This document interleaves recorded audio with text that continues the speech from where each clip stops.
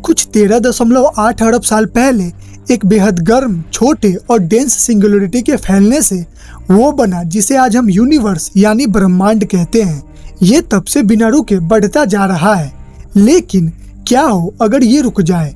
क्या हो अगर सारी गैलेक्सियां, तारे, प्लैनेट्स, हर चीज एक दूसरे से दूर जाना बंद कर दे? क्या यूनिवर्स ऐसे का ऐसा जम जाएगा या ये एक सिंगल पॉइंट में सिमट जाएगा, ठीक वैसे ही जैसे ये बिग बैंग से पहले था? और क्या ये हर चीज का अंत होगा? जब 1920 के दशक से पहले एडविन हबल ने पाया कि गैलेक्सीज एक दूसरे से दूर भाग रही थी, तब तक हमें लगता था कि यूनिवर्स स्थिर है।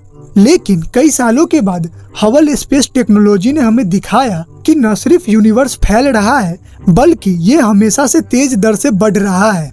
ये अंतरिक्ष वैज्ञानिकों के लिए एक हैरान कर देने वाली बात थी। उन्हें लगा था कि ये फैलाव असल में ग्रेविटी के बल की वजह से धीमा होता जा रहा है, और इस खोज को समझाने के लिए उन्होंने ये थ्योरी दी कि एक ताकत है जो यूनिवर्स के फैलाव की रफ्तार बढ़ाती जा रही है, और उन्होंने इसे डार्क एनर्जी का नाम दिया।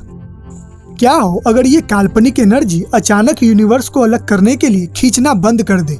मान लेते हैं डार्क एनर्जी समय के साथ साथ कमजोर होती जाती है, लेकिन फिर भी ये ग्रेविटी के बल का सामना करने जितना मजबूत रहती है। तब क्या होगा? और अगर ऐसा होता है तो यूनिवर्स बिल्कुल वैसा ही हो जाएगा जैसी अल्बर्ट आइंस्टीन ने 100 साल पहले कल्पना की थी। मतलब जब हबल के खोज ने पासा नहीं पलटा था, और आइंस्टीन के ख्याल को भी। ये स्थिर रहेगा। यूनिवर्स न फैल रहा होगा, न ही सिकुड़ रहा होगा। आखिरकार तारों के बनने के लिए जरूरी सारी गैस खत्म हो जाएगी, और नए तारों का बनना कम हो जाएगा, और मौजूदा तारे खत्म हो जाएंगे। यूनिवर्स अंधेरा होने लगेगा और ब्लैक होल्स से भरा। तब तक अर्थ भी बहुत पहले ही खत्म हो चुकी होगी। इसे एक लाल जाइंट तारा सोख चुका होगा, जो एक वक्त पर हमारा सूरज हुआ करता था। कभी न कभी ये अपने सबसे कम तापमान पर पहुंच जाएगा, एब्सोल्यूट जीरो या 0 केल्विन।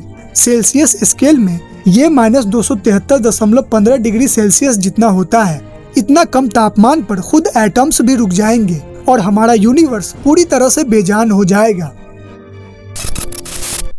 लेकिन चलिए थोड़ा पीछे चलते हैं और मान लेते हैं कि डार्क एनर्जी इतनी कमजोर हो जाती है कि ये अब ग्रेविटी का सामना भी नहीं कर सकती। और जब एक बार ग्रेविटी के हाथ में कंट्रोल आ जाए तो ये हर चीज को वापस खींच लेगी। यूनिवर्स का सिकुड़ना शुरू हो जाएगा, गैलेक्सीज एक दूसरे से पास आने लगेगी। तब तक जब तक ये एक बड़ी यानी मेगा गैलेक्सीज में नहीं बदल जाती। जब तारे एक दूसरे में जाकर मिल रहे होंगे, तब हमारा स्पेस सूरज से भी ज्यादा गर्म हो जाएगा, और एक बार फिर ब्लैक होल्स से भर जाएगा, जो कि तारों के फटने की वजह से बनेंगे। और ये ब्लैक होल्स अपने आसपास की हर चीज को अपने अंदर खींच लेंगे। प्लैनेट्स, तारे, सारी की सारी गैलेक्सियां, यहाँ तक कि एक दूसरे को भी। आखिरकार इनसे एक बेहद बड़ा ब्लैक होल बन जाएगा, जो पूरे यूनिवर्स को एक सिंगल पॉइंट में समेट देगा। एक गर्म, छोटा और बहुत डेंस पॉइंट। यूनिवर्स में एक बिग क्रंच होगा, और हर चीज एक बार फिर शुरुआत जैसी हो जाएगी। और कौन जानता है, ये नया बना सिंगुलरिटी फटकर एक और बिग बैंग से गुजर सकता है, जिससे एक बिल्कुल नया यूनिवर्स बनेगा। नए तारे, नए प्लैनेट्स और एक नए तरह की जीवन। एट द एंड हम नहीं जानते कि हमारा यूनिवर्स कैसे खत्म होगा, और हम ये भी नहीं समझते कि हर चीज को दूर खींचने वाली आखिर ये डार्क एनर्जी है क्या। इसलिए एक थ्योरी है जो यूनिवर्स के तय कल को समझा सकती है।